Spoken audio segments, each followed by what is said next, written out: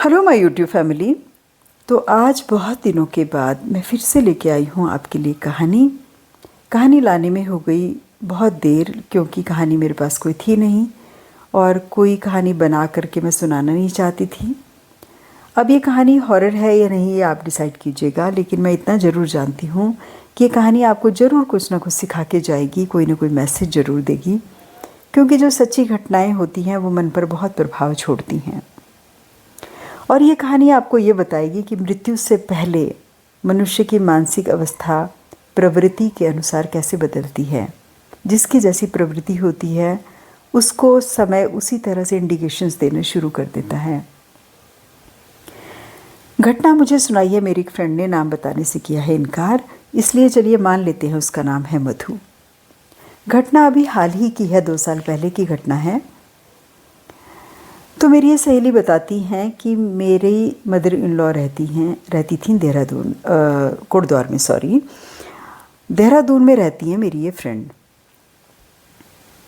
तो इनकी mother in law की काफ़ी एज हो गई थी और तकरीबन 95 साल के करीब की उम्र थी, और बीमारियों के साथ साथ अब उनकी मानसिक अवस्था भी थोड़ी सी अजीब सी हो गई थी। माने कि जिसको कहते हैं ना कि फॉरगेटफुलनेस हो जाती है, डायमेंशिया में चले जाते हैं पुराने लोग, बूढ़े लोग।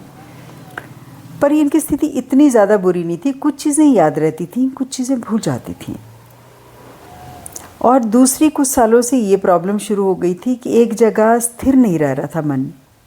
कभी कहती थी मुझे देहरादून छोड़ आओ, देहरादून 10 दिन रहती थी, फिर कहती थी मुझे कोटद्वार छोड़ आओ, फिर कोटद्वार में 10-15 दिन रहती थी, फिर कहती फिर मुझे देहरादून छोड़ाओ। तो घर वाले जो है काफ़ी परेशान ही हो गए थे एक तरह से, क्योंकि बूढ़े आदमी को बस में भी नहीं ले जा सकते, हर बार टैक्सी का खर्चा, और ओल्ड एज की बाकी प्रॉब्लम्स अलग की, सफ़र में दिक्कतें जो होती हैं। तो खैर एक दिन की बात है कि ये अपनी बीच वाली बहू के पास देहरादून आई हुई थी, मदर इन लॉ। और ये घटना मेरी फ्रेंड को उनकी देवरानी ने सुनाई एक तरह से, और ये घटना मुझे वो टुकड़ों टुकड़ों में काफ़ी समय से सुना रही थी कि ऐसा हुआ ऐसा हुआ ऐसा हुआ। तो मैं उसको थोड़ा शॉर्ट में कलमबद्ध करके आपको सुनाने की कोशिश कर रही हूँ, जो सार है कहानी का। तो कहती हैं कि जब बीच वाली बहू के घर में गई तो बार बार उनसे एक चीज़ पूछ रही कि तू तो भजन सिमरन में बैठती है, ध्यान में बैठती है, बता जरा मुझे कितने साल लगेंगे इस संसार से जाने में, कितना वक्त मेरा बाकी है। अब इस तरह का सवाल कोई बुज़ुर्ग पूछे तो बताइए क्या जवाब दिया जाए। तो बहू वो बोलती थी, नहीं माँ जी कोई बात नहीं, आपकी उम्र तो अभी बहुत है, अभी आप ठीक ठाक हो, अभी बहुत जीना है आपको, अभी ऐसी कोई बात नहीं है, ऐसी बात क्यों कर रहे हो। कहती नहीं नहीं मजाक नहीं, तो बुरा मत मान, अगर तुझे कुछ भी आभास हो रहा है तो तू मुझे बता। तो इन्होंने कहा नहीं मुझे तो कोई आभास नहीं हो रहा है। आप ऐसा क्यों पूछ रहे हो, आप लगातार कई दिनों से यही पूछते जा रहे हो, तू बता मेरे पास कितना समय है, तुझे क्या लगता है। तो इन्होंने, बहू ने जब पूछा, बीच वाली बहू ने, कि आप इस तरह के सवाल क्यों पूछ रहे हो, कुछ महसूस हो रहा है क्या, कोई इंट्यूशन हुई है आपको, कुछ भ्रम हो रहा है या क्या हो रहा है, आप बताइए। तो कहने लगी कि कुछ दिनों से ना तेरे ससुर जी आ रहे हैं कमरे में, और पूरा कमरा घूम के, मेरा पूरा देख के कि कितनी दवाइयाँ हैं, क्या है रखा हुआ बगल में, पानी वानी सब कुछ, ये सब चीज़ें देख दाख के लाठी पकड़ी है हाथ में, और फिर चले जाते हैं और पूरा घर घूमते हैं, तुम्हारा नीचे वगैरह सब देख के गए हैं। तो इनकी जो बीच वाली बहू थी उनको थोड़ा सा डर भी लगा और थोड़ी सी मतलब एक तरह से खुशी भी हुई, चलो पित्र हैं। अब लेकिन ये नहीं पता वो पित्र जो है घर पे घूमना जो है, कुछ लोग कहते हैं अच्छा होता है, कुछ लोग कहते हैं नहीं होता है। तो ये भी थोड़ा सा कन्फ्यूजन की स्टेट में थी कि ससुर जी आके घर में चक्कर लगा रहे हैं, तो इसका क्या मतलब है। तो कहती हैं कि इनकी बहू ने पूछा उनसे कि माताजी आप बताओ ससुर जी क्यों घूम रहे हैं, अभी क्या बात है, हमारी सेवा में कोई कमी रह गई है या हमको गलतियां कर रहे हैं। कहती हैं नहीं नहीं बहुत खुश हैं, बहुत खुश हैं, और मुस्कुरा रहे थे देख करके, और फिर देख दाख के सब चले गए। तो इनकी बीच वाली बहू को, उनको जो मधु है, उनकी जो देवरानी हुई उनकी, तो उन्होंने इस मन में सोचा कि अरे पता नहीं बुढ़ापे में क्या इनके दिमाग में चल रहा है, हेलोजिनेशंस हो रहे हैं, क्या हो रहा है पता नहीं। तो ठीक है, मतलब कोई बात नहीं, बुढ़े लोग क्या बोल रहे हैं, क्या बोले हैं अब। फिर अगले दिन 2-4 दिन बाद फिर पूछने लगी, तुझे क्या लगता है, तू बता मुझे। तो आखिर में वो बीच वाली बहू ने बोल ही दिया। उसने कहा, माता जी मैं सच बताऊं, बुरा तो नहीं मानोगे, मुझे नहीं लगता आपके पास ज़्यादा वक्त है, मुझे लगता है 6 महीने हैं आपके पास ज़्यादा। तो एकदम से बोली, बिल्कुल सही, मेरे पास 6 महीने का ही वक्त है। और मैं तुझे बताऊं, और क्या है, तू ही नहलाएगी मुझे अंतिम समय में। तो ये सोचने लगी कि पता नहीं क्या बोल रही है, अब इनकी बात का कौन यकीन करे। क्यों? क्योंकि वो एक ही बात को 10 बार रिपीट करते थे, तो उनकी बात को कोई सीरियसली भी नहीं लेता था, क्योंकि जो बातें 1000 बार सुन ली वही बातें रोज़ रिपीट करती थी। तो अब ये नई बात बोल रही हैं तो भी कोई नहीं विश्वास कर रहा था कि पता नहीं क्या नया पुछल्ला छोड़ रही हैं, नया कौन सा पुछल्ला छोड़ रही हैं। तो खैर इन्होंने कहा, माता जी क्या बात है, कुछ दिखाई दिया क्या? कह रही, तू ही नहलाएगी मुझे। और ये जो मेरे दोनों लड़के हैं ना कमबख्त, छोटे बेटे और बीच वाले बेटे की तरफ, मतलब उनका नाम लेते हुए, कि ये तो मेरे को छोड़ के चले जाएंगे मध्य प्रदेश और मुझे रखा रहेगा मशीन में 2 दिन। मतलब गुस्से में थी कि मेरे बॉडी को मशीन में रखा रहेगा 2 दिन। तो अब ये बीच वाली बहू बोलने लगी कि क्यों छोड़ के जाएंगे आपको आपके बेटे, क्यों रखेंगे मशीन में, कौन सी मशीन में रख देंगे आपको। उसको ये लग रहा था बहू को कि हो सकता है कोई अल्ट्रासाउंड की मशीन कह रही हैं, कौन सी मशीन कह रही हैं, कौन सी मशीन में रख देंगे। तो उन्होंने कहा, नहीं नहीं ऐसा कुछ नहीं होगा, आप बेकार की बात ना करो। कह रही, नहीं नहीं सुन मेरी बात, तू बैठी होगी अंदर वाले कमरे में, मुझे रखा होगा बाहर वाले कमरे में मशीन में, और तू ही नहलाएगी मुझे। तो इन्होंने ख़ास ध्यान नहीं दिया इनकी बात पे, और इनको खाना वाना नाश्ता वाश्ता दे के कहा, माँ जी आप दवाई दवाई खाओ और आराम करो अपना। खैर सारे बेटे बहुत अच्छे से उनकी देखभाल करते, सेवा करते, लेकिन ये बात बहुत बाद में समझ में आई। जब ये खबर पहुंची देहरादून की माताजी की डेथ हो गई है, तो बिल्कुल वैसा ही हुआ। उनके दोनों बेटे मध्य प्रदेश चले गए थे अपने किसी रिलेटिव से मिलने के लिए, बीमार थे कोई रिलेटिव। और इनकी ये जो देहरादून वाली बहू थी, ये सीधे टैक्सी करके सुबह ओला करके सीधे पहुंची कोटद्वार। तो माताजी की बॉडी को ज़मीन में रखा हुआ था, और इतनी ज़्यादा एज हो गई थी माताजी की, तो सब लोग यही सोच रहे थे कि टाइम से चली जाएं संसार से तो ठीक है, क्योंकि ज़्यादा झेलने में भी सब लोगों को परेशानी है, उस जीव को भी परेशानी है और लोगों को भी परेशानी है। तो ये बहू कह रही, जब मैं वहाँ पहुँची तो पता नहीं मुझे क्या हुआ, भीतर से ऐसा लग रहा था कि कोई चीज़ जैसे बस्ट हो जाती है ना, बहुत बुरी तरह से वो रोई, चिल्ला के जिसे कहते हैं। मतलब कोई नाटक नहीं था, कोई कुछ नहीं था, पर वो कह रही है पता नहीं क्या हुआ। क्यों? क्योंकि वो सारा सिनेरियो उसको याद आया जो उसकी मदर इन लॉ ने उसको बताया था। एग्जैक्टली वैसा ही हुआ। दोनों बेटे गए मध्य प्रदेश, इनकी बॉडी साइड में रखी हुई थी, और जैसे ये बोल रही थी, तू मेरे पैरों की तरफ बैठी रहेगी, एक बहू मेरे टांगों की तरफ होगी, तू फुट की तरफ होगी मतलब, और बेटी दरवाजे की तरफ होगी। और ये उस समय उनकी बातों पे ध्यान नहीं दे रही थी, लेकिन एग्जैक्टली वही सिचुएशन क्रिएट हो गई उस टाइम।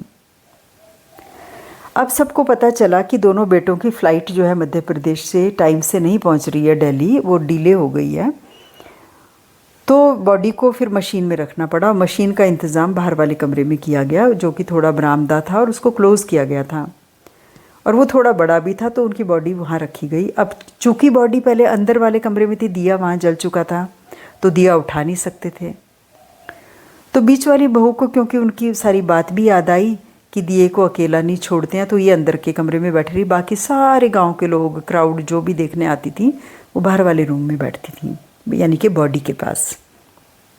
और दिया चूँकि अंदर के कमरे में जला था, क्योंकि पहले बॉडी अंदर थी, तो ये बीच वाली बहू वहीं बैठी रहती थी। और वो पूरी घटना उनको स्मरण हो आती थी कि क्या क्या वो बोलती थी। और हमने सीरियसली लिया नहीं, हम सोच रहे थे इनको हेलोजिनेशंस हो रहे हैं, पता नहीं क्या इनके दिमाग में चल रहा है। लेकिन एग्जैक्टली सारी situation as it is create हो गई, वैसी की वैसी जैसी उन्होंने बताई थी कि कैसा कैसा होगा। और ये भी कहा था तू ही नहलाएगी मुझे। तो जब 2 दिन के बाद बेटे पहुँचे और उस बॉडी को मशीन में से बाहर निकाला गया तो वो अकड़ गई थी बॉडी।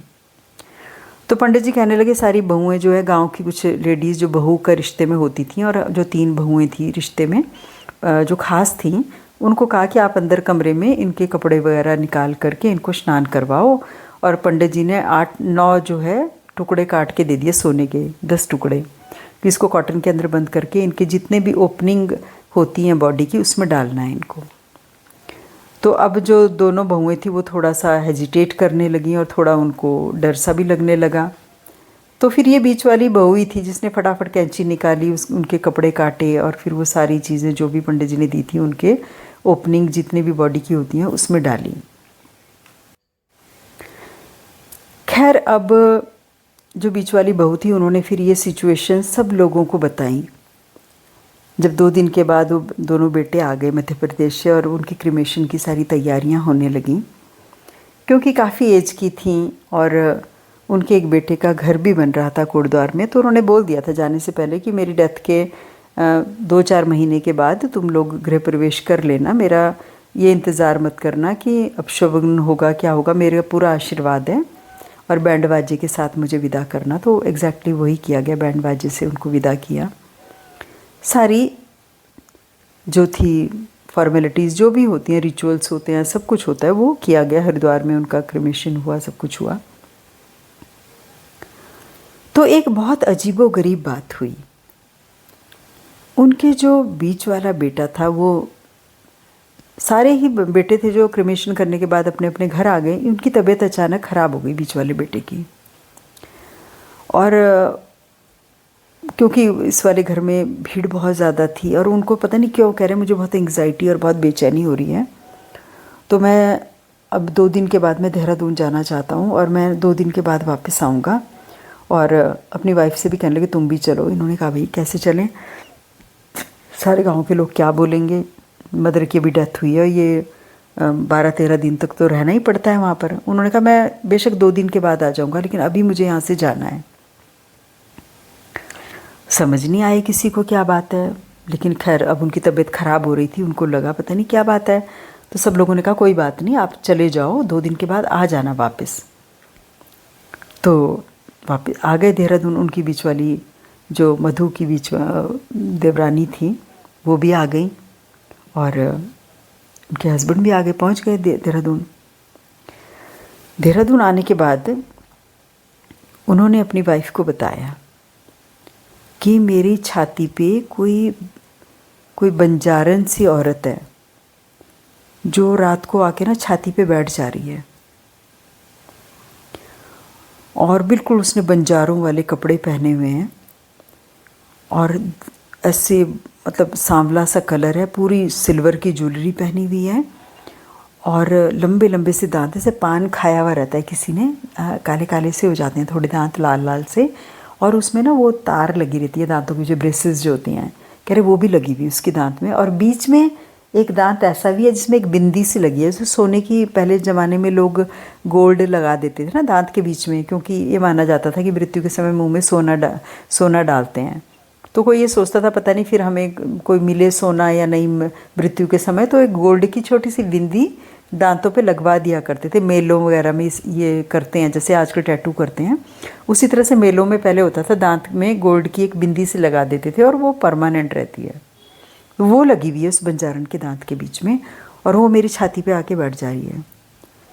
तो चूंकि वहाँ पर डेथ का सा माहौल था पूरे घर पे, तो सारे जेंट्स एक रूम में सो रहे थे और तब इन्होंने अपनी वाइफ को बोला कि तू ऐसा कर मेरे बगल में सो जा, क्योंकि वो थोड़े आध्यात्मिक थी और वो थोड़ा भजन वगैरह करती थी। कह रही जब तू इस रूम में है ना, अगर तू रात को रह रही है रूम में तो वो नहीं दिख रही वो औरत, और अगर तू कहीं चली जा रही है दूसरे रूम में तो वो आ जा रही है। तो उनको बड़ी हैरानी हुई। उन्होंने कहा ये कब से हो रहा है? उन्होंने कहा कि ये पहले दिन हुआ या दूसरे दिन, क्योंकि तुम उस वाले कमरे में सब लोग ऊपर सोए हुए थे, बाकी लोगों ने बिस्तर ज़मीन में लगा रखे थे। उसमें उनकी वाइफ भी थी। कह रही जब तू उस कमरे में थी तो नहीं दिखी वो, और फिर दिखने लगी वो वैसी। तो कह लगे वो मतलब एक तरह से उनको ये लगा होगा मैं पीछा छुड़ाऊँ, इससे मैं देहरादून भाग जाऊँ तो शायद ये नहीं आएगी ये औरत। लेकिन वो देहरादून में भी दिखने लगी उनको। लेकिन जैसे ही उनकी वाइफ रूम में होती थी वो दिखती नहीं थी, वो छाती पे बैठ जाती थी उनके। ये बड़ी विचित्र सी घटना हो गई। तब जब इन्होंने अपनी वाइफ से ये बात बताई तो फिर उसने जो है अपना ही कुछ किया इलाज उनका, कि वो उनका अपना तरीका है, जो भी कुछ किया होगा अपने गुरु महाराज जिससे भी प्रे किया, कुछ किया, भभूत वगैरह लगाई उनके यहाँ उनके माथे पे, और उन्होंने बोला कि मैंने प्रे किया आपके लिए, ये अब आपको दिखाई नहीं देगी, आप टेंशन ना लो। और सच में ही कहते हैं उसके बाद वो औरत आई नहीं बिल्कुल भी। वो उनकी वाइफ ने बहुत ज़्यादा से चिल्ला के बोला कि तू कौन है भाई, क्या है, क्यों हमें परेशान कर रही है, और हमारे घर में मौत हुई है तो उसका रिचुअल भी हमें पूरा नहीं करने दे रही, क्यों पाप कमा रही है। और पूरी प्रार्थना वगैरह करके उसने अपने पूरे उपाय करके अपने पति को ठीक कर दिया। तो फिर वो वापस आए कोट द्वार में, और फिर उन्होंने विधि विधान से जो भी कुछ वापस रह गई थी चीज़ें वो की। इस बीच गांव के कुछ लोग बातें भी करने लगे कि भाई देखो बीच वाला लड़का कैसे चला गया, अब किसी को क्या बताएं भाई, क्या समस्या आ गई थी। जो इंसान के साथ कितनी विचित्र घटनाएं घट सकती हैं और कितनी समस्याएं आ सकती हैं, कोई तीसरा आदमी उसका अंदाज़ा नहीं लगा सकता। लेकिन दुनिया है ना कि कई तरह की बातें बनाती हैं। तो मेरी भी उनकी बीच वाली बहू से बातचीत हुई कि भाई क्या हुआ था, कैसे हुआ था। तो वो कहने लगी मुझे कि दीदी हमने पहले सोचा कि शायद हरिद्वार में जब माता जी का क्रिमेशन हुआ कोई आत्मा इनके साथ आ गई है, कोई लग गई है। लेकिन वे गंगा जी में स्नान करने के पश्चात तो कोई ऐसी चीज़ें आती नहीं हैं। तो पता चला कि देहरादून में इनके पड़ोस में ही कोई रहते हैं, उन्होंने उनके पति पे मारण क्रिया करवा रखी थी। अब क्योंकि वो मृत्यु का माहौल था घर में, या कोई अशुद्धता हुई है, क्या हुई भगवान जाने, इसका तो कारण ही समझ नहीं आया। तो वो औरत उनके पीछे लग गई, लगा रखी थी कोई आत्मा उसके पीछे। और पड़ोसियों में आजकल बहुत सारी ईर्ष्याएं हैं, कोई इनसे आगे क्यों है, क्या है क्या नहीं है, भगवान जाने। क्या क्या दुनिया में कितनी विचित्र प्राणी है ना, कितने तरह के लोग हैं कि क्या क्या सोचते हैं और क्या क्या करते हैं, कि इनका पैसा इन फालतू की चीज़ों में ही लगा रहेगा, इधर उधर ही भटकते रहेंगे। लेकिन उनको ये नहीं पता था कि जिनके ऊपर ये कर रहे हैं वो भी कोई छोटी मोटी हस्ती नहीं है, वो भी स्पिरिचुअली इंक्लाइंड लोग हैं, और जो भगवान के रास्ते पे होते हैं, धर्म के रास्ते पे हैं, अध्यात्म के रास्ते में, उनको थोड़ा बहुत तो कोई परेशान कर सकता है पर नुकसान नहीं पहुंचा सकता। ठीक है, इंसान परेशान होता है, कोई किसी पे कोई ऐसी क्रियाएं करता है, पर मेरा मानना ये है कि थोड़ा बहुत आप किसी को तंग कर सकते हो, लेकिन अगर कोई धर्म के रास्ते पे है उसका आप बिगाड़ नहीं सकते कुछ भी। तो एग्जैक्टली इनके साथ ऐसा ही हुआ। तो कहती हैं हम तो सुन के बहुत ज़्यादा हैरान हो गए कि जिनके साथ हमारे बरसों से इतने अच्छे संबंध थे वो भी ऐसी हरकतें कर सकते हैं। और वो कहती हैं हमारा तो, हम कहीं भी जाते थे हम अपने पड़ोसियों को अपने घर की चाबियां दे के जाते थे कि भी घर का ख्याल रखना, और चाबियां अपने साथ लेके जाएंगे तो कहीं खो ना जाएं। तो सोचो आप जिन पे इतना भरोसा सालों साल 20 सालों तक भरोसा करा, तो उनकी बुद्धि भी क्या भ्रष्ट हुई और क्या उन लोगों ने सोचना शुरू कर दिया। वो धीरे धीरे धीरे धीरे कई तरह से उनको हार्म करने की कोशिश कर रहे थे, लेकिन इन लोगों को पता ही नहीं चला। लेकिन माता जी की मृत्यु के पश्चात ये रहस्य खुल के सामने आया कि पड़ोसी हैं जो कर रहे हैं इनके ऊपर। पहले तो छुटपुट कुछ कर रहे थे, उनको समझ नहीं आता था, फाइनेंशियली लॉसेस होते थे, बीमारियां होती थी, घर का आगे के लिए कंस्ट्रक्शन करना चाहते थे वो नहीं होता था, कोई भी काम करना चाहते थे उसमें पंगे बहुत लगते थे, आए दिन कुछ ना कुछ घर में प्रॉब्लम्स होती रहती थी, कभी बिजली के बल्ब फ्यूज, कभी मीटर फूक रहा है, कभी गीज़र फूक रहा है, कभी कुछ फूक रहा है। तो इनको लगता था ये ऐसी चीज़ें हैं। लेकिन जब ये औरत दिखने लगी और ये कांड हो गया घर पे, इसका मतलब कोई आत्मा उन्होंने घर पे भेजी थी जो नुकसान करती थी, और वो आखिरकार प्रकट होने लग गई और उनके पति की छाती पे बैठ गई। तो ये रहस्य बहुत बाद में खुला। तो इस कहानी को सुनने के बाद मुझे लगा, मैंने कहा जो होता है देखा जाए तो अच्छे के लिए ही होता है। वो छुटपुट जो इनके नुकसान हो रहे होते थे, बचत ही नहीं होती थी कुछ भी।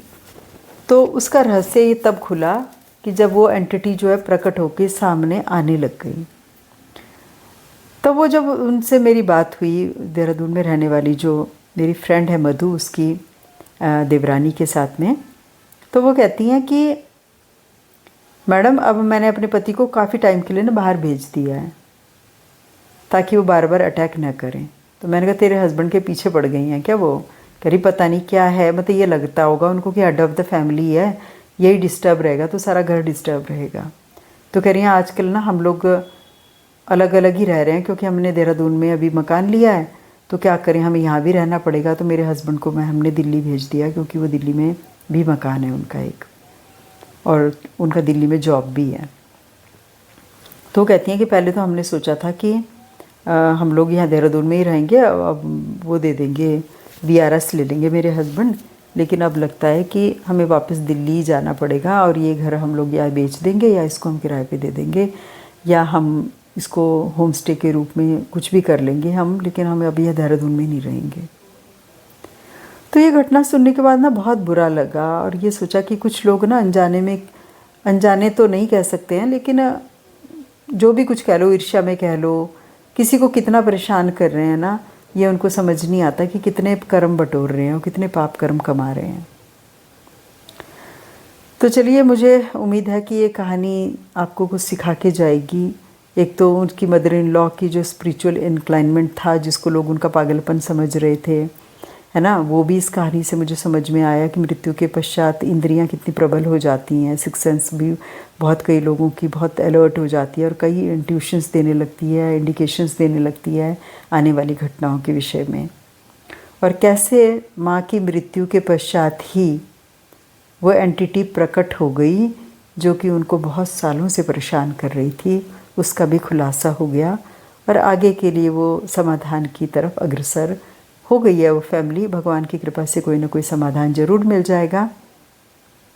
उम्मीद करती हूँ आपको ये कहानी पसंद आई होगी। अगर आपको ये कहानियाँ पसंद आती हैं तो लाइक, शेयर एंड सब्सक्राइब ज़रूर करें और मुझे आपके फीडबैक का हमेशा ही रहता है इंतज़ार। Thank you so much for watching.